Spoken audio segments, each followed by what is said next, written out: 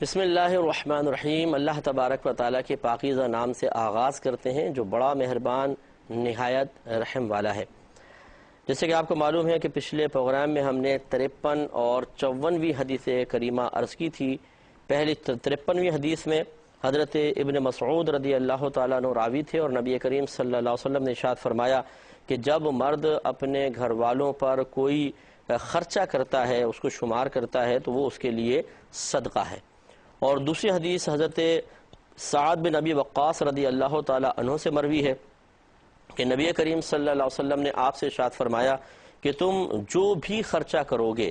کہ جس میں تمہارا مقصود اللہ تبارک و تعالیٰ کی رضا ہو تو ضرور تمہیں اس پر اجر دیا جائے گا، یہاں تک کہ وہ لقمہ جو تو اپنی زوجہ کے منہ میں رکھے گا اللہ تبارک و تعالیٰ اس پر بھی تجھے اجر دے گا۔ تو اس پر ہمارا کلام چل رہا تھا۔ تو اس میں یاد رکھیں کہ جس صدقے پر ثواب کا ترتب ہوتا ہے اس کے لیے ضروری ہے پہلی بات کہ وہ رزق حلال سے ہو۔ حرام پر کوئی ثواب کا ترتب نہیں ہوتا۔ یہ بعض لوگ حرام روزیاں کماتے ہیں اور پھر غریبوں کو دینے کی کوشش کرتے ہیں اور یہ سمجھتے ہیں کہ شاید اللہ تبارک و تعالی ہمارے صدقے سے راضی ہو کر میرے گناہوں کو نظر انداز فرما دے گا۔ ایسا نہیں ہے، بلکہ یہ مسئلہ یاد رکھیں کہ جو روزی حرام قطعی ہو، حرام قطعی یعنی حرام قطعی کا مطلب یہ ہے کہ جس کی حرمت پر، جس کے حرام ہونے پر قرآن کی واضح آیات موجود ہوں، جیسے چوری، خالصتاً چوری کر کے وہ پیسہ کمایا، کسی انسان نے حاصل کیا، یا جیسے کڈنیپنگ کا پیسہ ہے، گن پوائنٹ پہ کوئی پیسے سے چھین لیے ہیں، یہ غصب ہے، ڈاکہ ہے، چوری ہے، اغوا ہے، یہ تمام اس سے جو روزی حاصل ہوگی وہ خالصتاً حرام ہے، نص قطعی اس پر وارد ہے۔ ایسا کوئی پیسہ حاصل کرنے کے بعد اگر ثواب کی نیت سے خرچ کر دے گا تو وہ شخص دائرہ اسلام سے خارج ہو جاتا ہے۔ یہ فقہا کا مسئلہ ہے، فقہا نے لکھا ہے، اور اس کی وجہ علت یہ ہے کہ صدقہ دراصل اللہ تعالیٰ کی بارگاہ میں پیش کیا ہوا ایک تحفہ ہے، اور یہ گندے مال سے تحفہ پیش کرنا وہ بھی اللہ تعالیٰ کی بارگاہ میں ایک بہت بڑی بے ادبی ہے، جس کو میں سمجھانے کے لیے بلا تمثیل عرض کر رہا ہوں، صرف سمجھانے کے لیے ایک مثال پیش کر رہا ہوں کہ یوں سمجھ لیں کہ جیسے ایک بہت بڑا بادشاہ ہو، ہم اس کے دربار میں ایک تحفہ لے جانا چاہیں، لیکن وہ تحفہ کیسا لیں کہ وہ نالے کی گندگی نکال کر اس کو کسی ڈبے میں ڈالیں اور اس کو خوب اچھی طرح پیک کر کے اوپر پنی ونی لگا کے ایک خوبصورت سے ریبن لگا کر اور وہ جا کے بادشاہ کو دیں کہ لیجئے صاحب تحفہ۔ اب اوپر سے بڑا خوبصورت نظر آئے اور جب بادشاہ اس کو کھلوائے تو وہ گندگی اندر بھری ہو، تو بتائیے کہ بادشاہ کی طرف سے انعام ملے گا یا سزا ملے گی؟ تو یقینی سی بات ہے کہ یہ گندگی بادشاہ کے دربار میں پیش کرنا، بادشاہ کے سامنے پیش کرنا بہت بڑی بے ادبی ہے۔ ہو سکتا ہے کہ وہ جلال میں آ کے سری قلم کروا دے۔ تو بس یوں سمجھ لیجئے بلا تمثیل، جیسے کہ میں نے عرض کیا کہ یہ رزق حرام سے صدقہ کرنا بالکل ایسا ہے جیسے اللہ تبارک و تعالیٰ کی بارگاہ میں گندگی کو پیش کر دینا، اور یہ بہت ہی بڑی بے ادبی ہے۔ لہٰذا یہ جو بعض لوگ خوش فہمی کا شکار ہوتے ہیں اور مثال بھی بناتے ہیں، اس پہ بعض اوقات فلمیں بنا دی گئیں کہ یہ چوریاں کر رہے ہیں، ڈاکے کر رہے ہیں اور ڈاکہ مار کے غریبوں میں تقسیم کر رہے ہیں، اور لوگ بڑی تعریف کر رہے ہیں کہ جی یہ ماشاءاللہ جی بہت اچھا انسان ہے کہ امیروں سے لوٹتا ہے اور غریبوں کو بانٹتا ہے۔ تو یہ کوئی قابل فخر کارنامہ نہیں ہے، یہ تو حرام اور گناہ کبیرہ اور بعض صورتوں میں کفر ہے۔ اس لیے یاد رکھیے کہ لیکن میرے الفاظ یاد رکھیے گا کہ وہ مال کہ جو حرام قطعی ہو، وہ اس کو اگر ثواب کی نیت سے صدقہ کریں گے تو کفر ہوگا۔ ہر حرام مال حرام قطعی نہیں ہوتا ہے، بعض حرام ظنی بھی ہوتے ہیں، یعنی مطلب کہنے کا یہ ہے کہ براہ راست قرآن و حدیث سے ان کی حرمت ثابت نہیں ہوتی ہے، لیکن جب ہم فقہا کے قول دیکھتے ہیں، مجتہدین کے اقوال دیکھتے ہیں یا غور و تفکر کرتے ہیں تو اس میں کوئی حرام پہلو نکل آتا ہے۔ مثال کے طور پر ایک شخص ہے، وہ ڈیوٹی اس کی ہے 8 سے 4 بجے تک، لیکن وہ 9 بجے پہنچتا ہے ڈیوٹی، 1 گھنٹہ لیٹ پہنچتا ہے، لیکن جب تنخواہ ملتی ہے تو اسے 1 گھنٹے کے پیسے بھی لے لیتا ہے۔ حالانکہ اصول یہ ہونا چاہیے کہ اس کے 1 گھنٹے کے پیسے یہ کٹوائے، کیونکہ یہ آیا نہیں تو پیسے کٹوائے، عمل کرے گا، حاضر ہوگا تو پیسے کا مستحق ہوگا۔ لیکن اب یہ جو 1 گھنٹے کے پیسے لے رہا ہے اس کو ہم ناجائز اور حرام تو کہیں گے، لیکن یہ حرام قطعی نہیں کہلائے گا۔ اگر اس کو یہ ثواب کی نیت سے صدقہ کرے گا، یعنی اپنی تنخواہ کے اندر جیسے مکس ہو گئی اب یہ تنخواہ 1 گھنٹے والی جو پیسہ لیا وہ بھی، اور جو اس نے 7-8 گھنٹے جو واقعی حاضر ہوا ہے، ڈیوٹی دی ہے، وہ والا پیسہ مکس ہو گیا، اب یہ صدقہ کر رہا ہے، اب اس میں حرام کی آمیزش تو ہم کہیں گے، لیکن یہ ایسا حرام قطعی نہیں ہے کہ اس کا صدقہ کرنے پر یہ دائرہ اسلام سے خارج ہو جائے۔ اس لیے نفس مسئلہ اچھی طرح یہ سمجھ لیجئے گا کہ جو واقعی حرام قطعی ہو، اور عوام کی خدمت میں ہماری گزارش ہے کہ ہماری عوام تو بہت سے پیسوں کو حرام سمجھ لیتی ہے، حالانکہ وہ حرام ہوتے نہیں ہیں۔ جیسے بینک کی ہر جاب حرام نہیں ہے، لیکن بعض ہمارے جو بیچارے اکثر یہ ایسے ہوتے ہیں جن کو علم سے بہت کم حصہ ملا ہوتا ہے، لیکن سن سنا کر یہ بینک کی ہر جاب کو حرام کہہ دیتے ہیں، اور اس کے اندر پھر یہی مطلب مسائل بعض اوقات بیان کرنا شروع کر دیتے ہیں کہ جی کسی نے بینک کی تنخواہ سے اگر صدقہ کر دیا تو معاذ اللہ دائرہ اسلام سے خارج ہو جائے گا۔ اس لیے ہمارے گزارش ہے عوام سے کہ کسی چیز کو حرام کہنے میں اور پھر اس کے قطعی یا ظنی ہونے کی تعیین کرنے کے سلسلے میں اپنی سمجھداری کا مظاہرہ نہ کریں، بلکہ علماء سے دریافت کریں۔ اگر اچھے مفتیان کرام آپ کو دستیاب ہیں، مستند مفتیان کرام، ان سے پہلے پتہ کریں کہ ایک شخص کا ذریعہ آمدنی یہ ہے، اب یہ بتائیں کہ یہ پیسہ حرام قطعی ہے یا نہیں ہے، اور اب اس کو صدقہ کرنے پر کفر کا حکم دیا جائے گا یا نہیں۔ پھر آپ کو ایک مسئلہ بالکل صاف ستھرا واضح طور پہ سامنے آئے گا، ورنہ ہم نے یہ بھی دیکھا ہے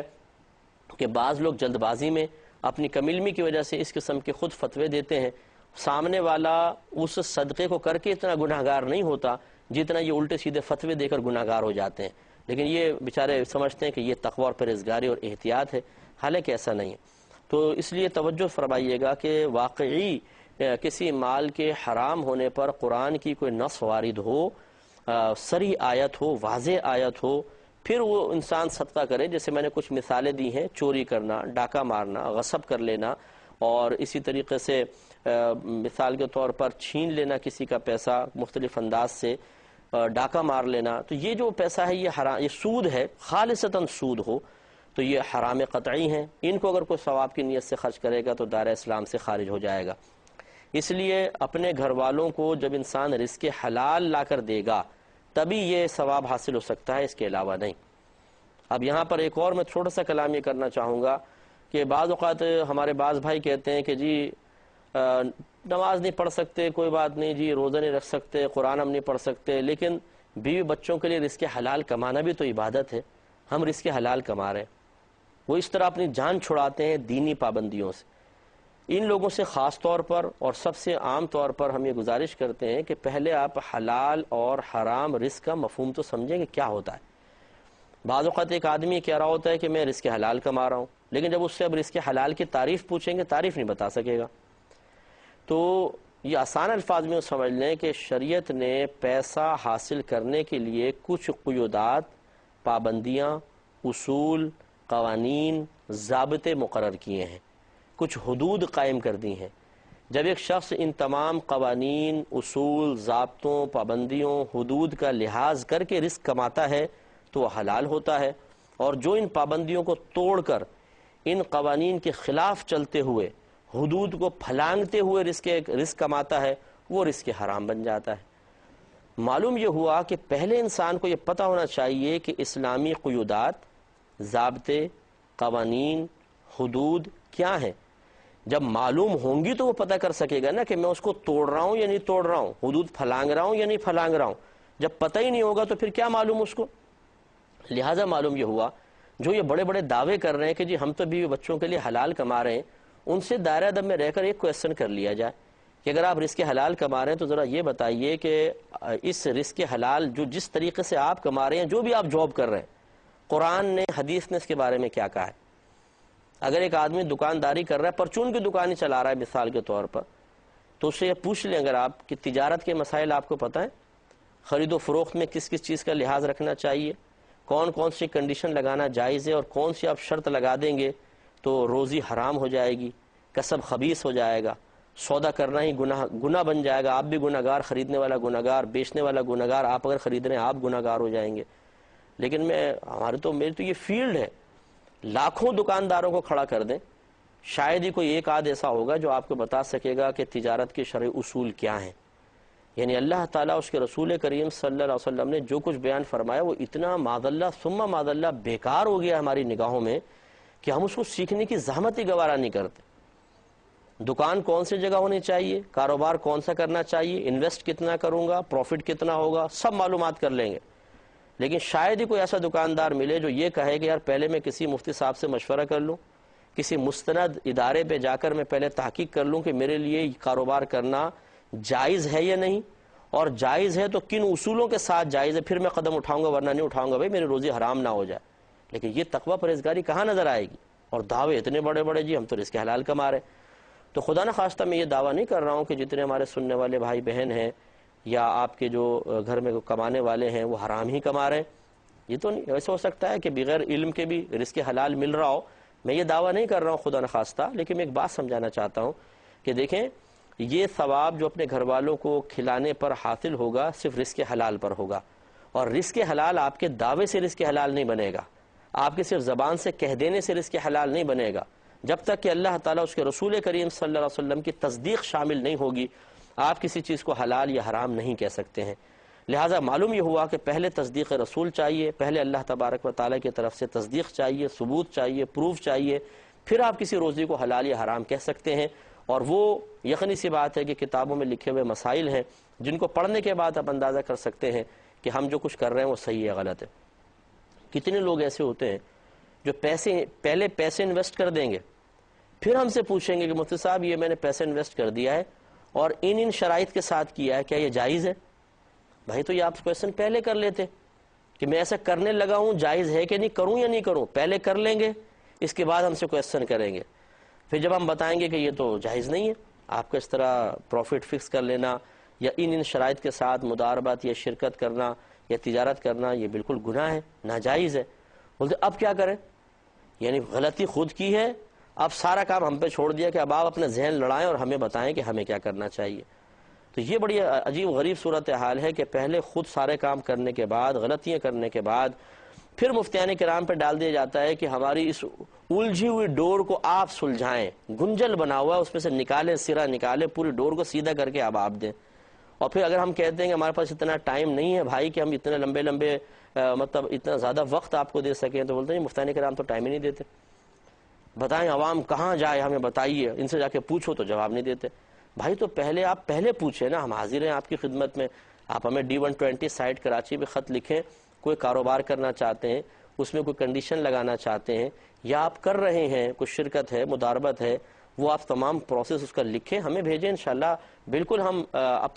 لیکن اپنے وقت کے حساب سے کہ لوڈ بہت زیادہ ہوتا ہے، کام بہت زیادہ ہے ہمارے اوپر بھی، لیکن انشاءاللہ ہم تیار ہیں۔ ہم تو اپنا گھر والوں کو کم ٹائم دیتے ہیں، صحیح بات یہ ہے کہ میں اپنی بات آپ کو عرض کرتا ہوں کہ میں گھر والوں کو کم ٹائم دیتا ہوں، میں کوشش کرتا ہوں کہ لوگوں کو زیادہ ٹائم دیں، اس کے باوجود بھی یہ شکوہ کبھی ختم نہیں ہو سکتا کہ ہم ٹائم نہیں دیتے۔ وجہ یہ ہے کہ ہمارے ساتھ لاکھوں لوگ وابستہ ہیں، کسی کو کتنا ہی ٹائم دے لے، اگر میں ایک دن کے اندر 50 آدمیوں کو ٹائم دوں گا اور 2 آدمی رہ گئے تو وہ 2 آدمی شکوہ کرتے ہوئے نظر آئیں گے کہ ہمیں ٹائم نہیں دیا۔ وہ یہ نہیں دیکھیں گے کہ ہم نے 50 کو ٹائم دیا تو پھر ہمارے پاس باقی وقت بچا ہی کہاں کہ ہم ان 2 کو بھی دیتے۔ خلاصہ کلام یہ ہے کہ رزق حلال کمانے پر ثواب، یعنی اپنے گھر والوں کو کھلانے پر ثواب کا ترتب ہوگا، اللہ تعالیٰ اس پر اجر عطا فرمائے گا۔ لہٰذا پہلے یہ بھی معلوم کریں کہ رزق حلال کیا ہوتا ہے۔ اب دیکھیے میں چھوٹی سی بات، ایک وسوسہ اصل میں آتے رہتے ہیں تو میں اس کا جواب بھی چاہتا ہوں کہ دیتا رہوں۔ اس قسم کی باتیں سن کے بعض کہتے ہیں کہ دیکھا ہم نے تو پہلے ہی کہا تھا زیادہ نہ سنو بھائی، زیادہ یہ مولویوں کی باتیں نہ سنو گے تو پھنستے چلے جاؤ گے۔ تو یوں ہی بول دیتے ہیں بعض اوقات کہ دیکھا اب غور کرو بھائی، اب کیسے کما رہے ہو، رزق حلال کما رہے ہو نہیں کما رہے ہو، اچھی خاصی لائف چل رہی تھی، بالکل کوئی ٹینشن نہیں تھا، کچھ نہیں تھا، آج یہ درس سن لیا تو اب ہمیں ٹینشن ہو گیا کہ جی ہم رزق حلال کما رہے کہ نہیں کما رہے، ذہنی سکون ختم ہو گیا۔ اچھا تھا کہ ہم پہلے چل رہے تھے۔ یوں بعض اوقات شیطان وسوسے ڈال کر انسان کی زبان سے کلمات نکالتا ہے، میرے بھائی یہ اچھا نہیں تھا۔ دیکھیے ایک بریانی کی پلیٹ ہو، اس میں کسی نے زہر ملایا ہو، آپ کو پتہ نہیں ہو، آپ آ کے کھانا شروع کر دیں، ذائقہ بڑا ٹاپ کلاس کا ہو، بوٹیاں بھی زبردست گلی ہوئی، گوشت بھی بڑا پاورفل، مسالے اور بڑا زبردست، آپ نے کھایا مزہ آ گیا۔ اب ایک آدمی آ کے آپ کو بتاتا ہے کہ بھائی اس میں زہر ملا ہوا ہے مت کھاؤ، آپ کیا کہیں گے جواب میں؟ یہ کہیں گے کہ یار تم نے کیا ٹینشن میں مبتلا کر دیا، اتنا مزہ آ رہا تھا کھانے کے اندر، کیا ذائقہ تھا، کیا بوٹیاں تھیں، خواہ مخواہ اس کی بات سن لی، بات سنی تو ٹینشن میں آ گئے، ابھی کھانا چھوڑنا پڑے گا۔ یا آپ یہ کہیں گے کہ بھائی تیرا بہت شکریہ، مزہ اپنے مقام پہ، بھاڑ میں جائے ایسی بریانی، یہ زہر اندر جائے گا میں ہلاک ہو جاؤں گا، فائدہ کیا ہوگا؟ یقینی سی بات ہے کہ آپ دوسری والی بات کو ہی پسند کریں گے، اور اگر آپ کے ساتھ خدا نخواستہ یہ معاملہ ہوا تو دوسرا عمل اختیار کریں گے۔ تو دنیا کے اندر تو دنیاوی معاملے میں ایسا ہے، دین کے معاملے میں نیگیٹو سوچ کیوں بن گئی؟